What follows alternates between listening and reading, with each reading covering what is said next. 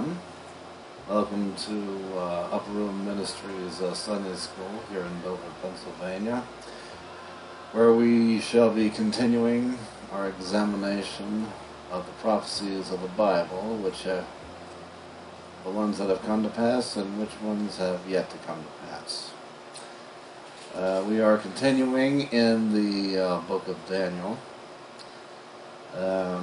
We finished up chapter 7 last time, so now we'll be starting in chapter 8.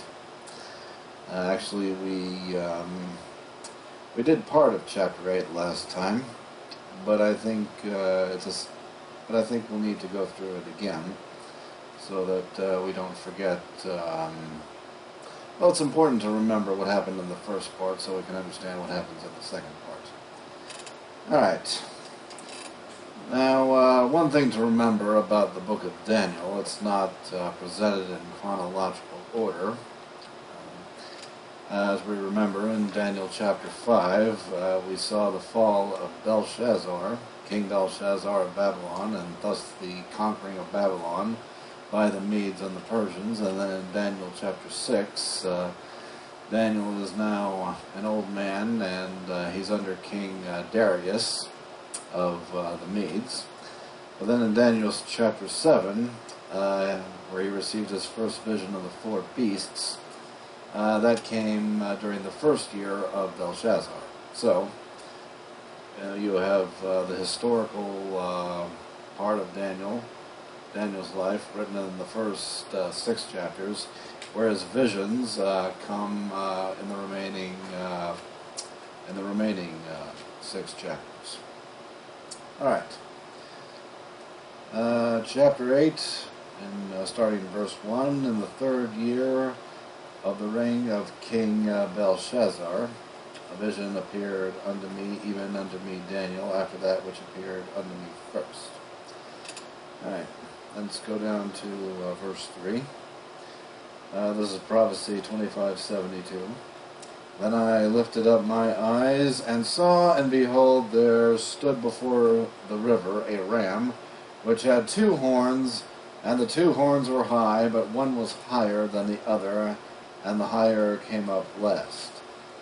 Now this ram represents the Medes and the Persians, the ones who would succeed Babylon as the world power, and the 2 horns represent the 2 kings, Darius and Cyrus.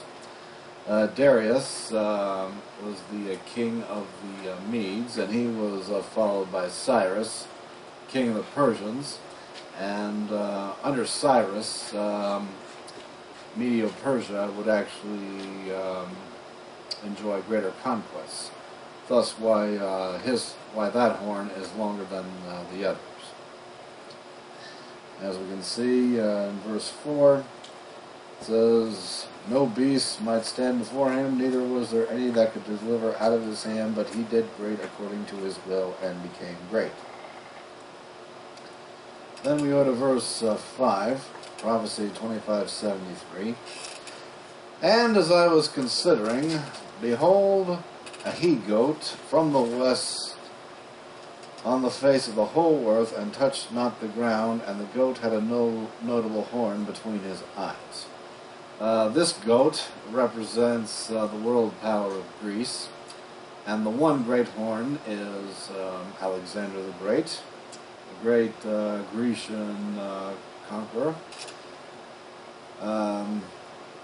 The goat's feet not touching the ground most likely refers to the swiftness of Alexander conquering the world. It only took him 13 years to conquer what was then known as the whole world. Okay. 6 and 7, prophecy 2574. "And he came to the ram that had 2 horns, which I had seen standing before the river, and ran unto him in the fury of his power.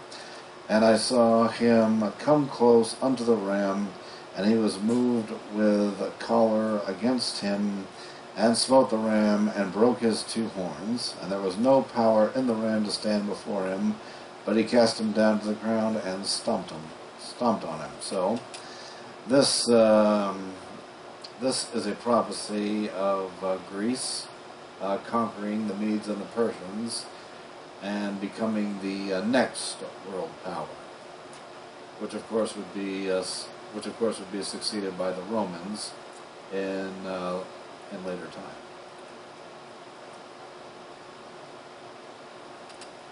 Verse 8, prophecy 25:75. Therefore the he-goat waxed very great, and when he was strong, the great horn was broken.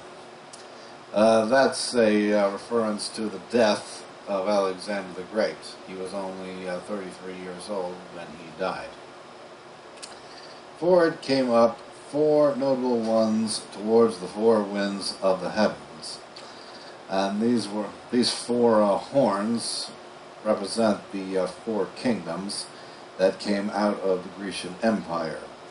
They are known today as Greece, Turkey, Syria, and Egypt. And then verse 9, verse 9, prophecy 25:76.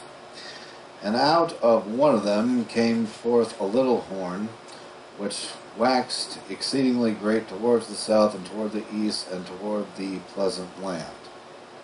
Okay. As we remember back in chapter 7, the little horn of the beast with the 10 horns, that represented the Antichrist, and this little horn most likely represents the Antichrist as well.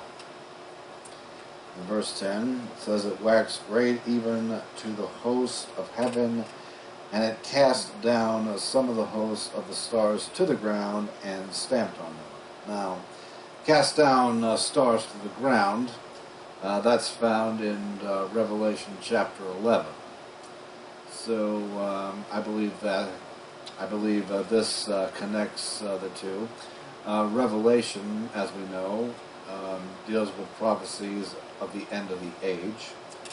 So this adds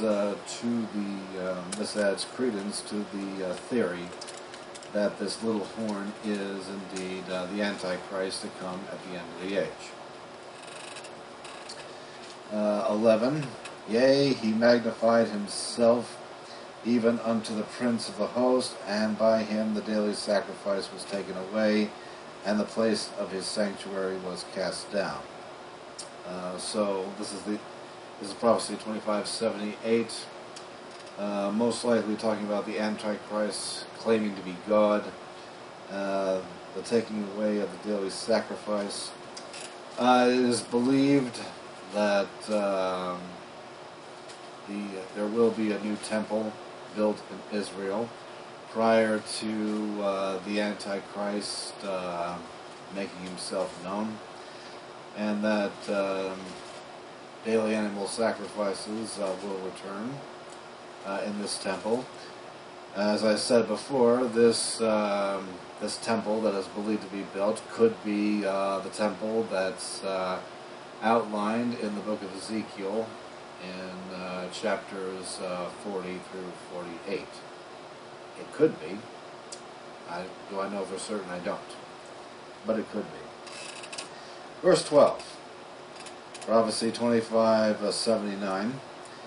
And a host was given against him against the daily sacrifice by reason of transgression, and it cast down truth to the ground, and it practiced and prospered. So, the Antichrist will cast truth to the ground, truth of God most likely, and he will prosper. He will truly become a world leader. Then verses 13 and 14. Then I heard one saint speaking, and another saint said unto that certain saint which spoke, How long shall the vision concerning the daily sacrifice and the transgression of desolation, to give both the sanctuary and the host to be trodden under foot? And he said unto me, unto 2,300 days, and then the sanctuary shall be cleansed. This is talking about the abomination of desolation, which Jesus himself talked about happening in the future. And apparently the abomination of desolation shall last 2,300 days. Of course, there are those who interpret 2,300 days to mean 2,300 mornings and evenings, because there were two sacrifices made daily, one in the morning and one in the evening, so it could be 1,260 days, which is 3.5 years. So this could be a reference to the 3.5-year tribulation. In fact, it very most likely is. And then the sanctuary shall be cleansed. That's prophecy 25:80.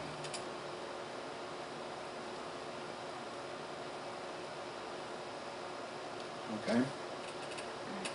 And then verse 15, Daniel talks about seeking the interpretation of the vision, and in verse 16 it says,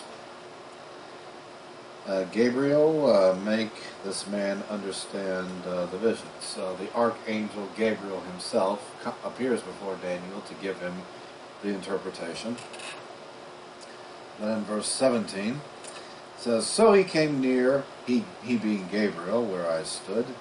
And when he came, I was afraid and fell on my face. But he said unto me, Understand, O Son of Man, for at the time of the end shall be the vision. That's prophecy 25:81. So, at the time of the end. This refers to the end of the age. Meaning that this particular vision about the little horn will happen, as we said, at the end of the age, around the second coming of the Messiah. Verse 18. Now he was speaking with me. I was in a deep sleep, on my face toward the ground, but he touched me and set me upright. And he said, Behold, I will make thee know what shall be in the last of the indignation, for at the time of the appointed the end shall be. The last end of the indignation refers to the last of God's wrath. That'll be prophecy 25:82. So the last of God's wrath will come at the end of the age, and after that, God's wrath will be no more. Okay. Verse 20, 25:83. The ram which thou sawest having 2 horns are the kings of Media and Persia. Okay. And then verse 21, prophecy 25:84. And the rough goat is the king of Grecia, and the great horn that is between his eyes is the first king. As we said before, that's Alexander the Great. In verse 21, prophecy 25:84.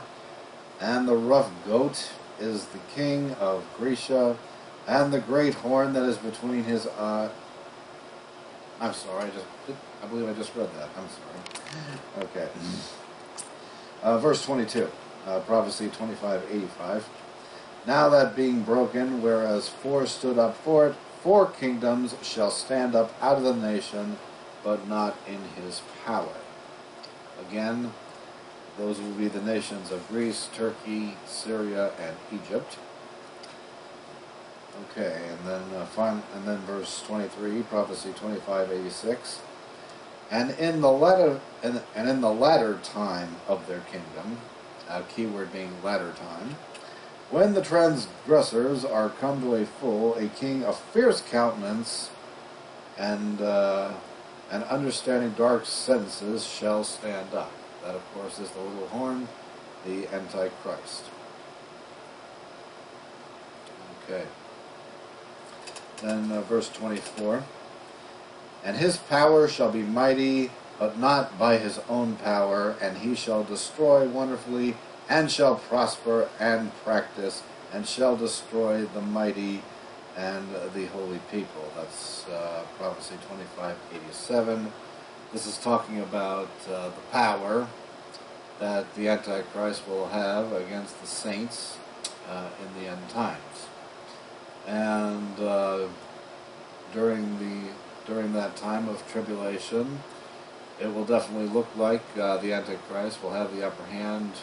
Many saints will lose their lives, as the Bible promises. However, those who lose their lives for the sake of Jesus, they shall be exalted in heaven. So there is definitely only a reward awaiting those who are martyred for the sake of Christ. And then verse 25, prophecy 25:88. And through his policy also he shall cause craft to prosper in his hand, and he shall magnify himself in his heart, and by peace shall be destroyed many. Again, this is the Antichrist exalting himself as God. And then verse 25:89. He shall also stand up against the prince of princes, but he shall be broken without hand. That's his war against the Messiah, which when you read the book of Revelation, you'll know that the Messiah wins that fight. And then verse 26, prophecy 25:90. And the vision of the evening and the morning, which was told is true. Wherefore shut up thou vision, for it shall be for many days. This is saying that these prophecies that have been spoken won't happen for a long time. Many, many days.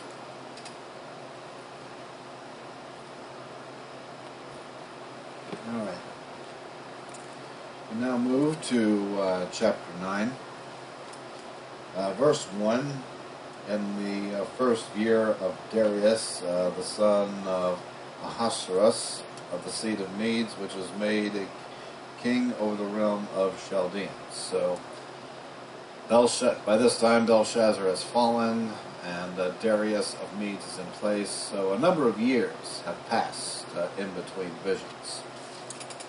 And from verses 3 all the way through 19, Daniel has just been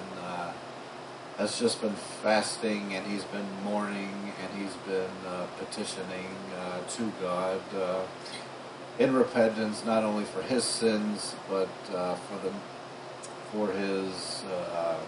whole nations of Israel's sins against the Lord. He is grieved, and as he's mourning and crying out for mercy, we go to verse 20. And while I was speaking and praying and confessing my sin and the sin of my people Israel, and presenting my supplication before the Lord my God for the holy mountain of my God, yea, while I was speaking in prayer, even the man Gabriel, so Gabriel returns to him again, whom I had seen in the vision at the beginning, and being caused to fly swiftly, touched me about the time of evening oblation.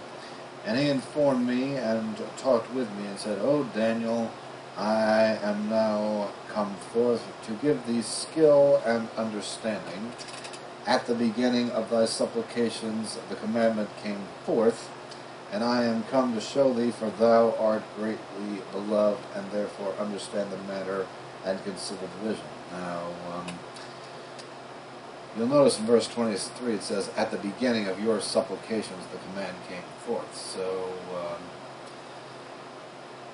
Daniel is the recipient of this vision as a result of his supplications towards God. If you want to be used mightily before God, you got to prove that you're faithful to God, and that you genuinely desire God's will. And the fact that Daniel, put himself in sackcloth and ashes and was presenting supplications, God recognized Daniel as being worthy of receiving such a vision. Now, this vision is in regards to the 70 weeks prophecy. 70 weeks literally means 70 sevens. So, it doesn't necessarily mean 77s of days. It most likely means 77s of years, 490 years. And that definitely seems to be the most likely interpretation. 70 weeks means 77s of years, 490 years. So, anyway, verse 24, prophecy 25:91, 70 weeks are determined among thy people and upon thy holy city to finish the transgression and to make an end of sins and to make reconciliation for iniquity and to bring in everlasting righteousness and to seal up the vision and prophecy and to anoint the most holy. So this right here is the prophecy of the 70 weeks and its purpose and intention for it. Then verse 25. Know therefore and understand that going forth of the commandment to restore and to build Jerusalem unto the Messiah the Prince shall be 7 weeks and 62 weeks, and the street shall be built again, and the wall even in troublous times. Now 62 weeks means 62 weeks. So we have the 7 weeks and 62 weeks, so we have 69 of the weeks. For the first 7 weeks, that refers to the rebuilding and restoration of Jerusalem to take 49 years, beginning when Nehemiah received the commission from King Xerxes to go and restore Jerusalem. The time it took between that command and the completion of Jerusalem was 49 years. Now they did rebuild the walls of Jerusalem in only 52 days, but to restore the city it took 49 years. Okay, and then you have the 62 weeks, 62 times 7 years. That would be the period of time between the completion and restoration of Jerusalem and the crucifixion of Christ. Let's read forward. Verse 26, and after 62 weeks shall Messiah be cut off, but not for himself. And the people of the prince shall come, and the people of the prince that shall come shall destroy the city and the sanctuary, and the end thereof shall be with a flood unto the end of the war desolations determined. So the Messiah shall be cut off. The Messiah shall be crucified.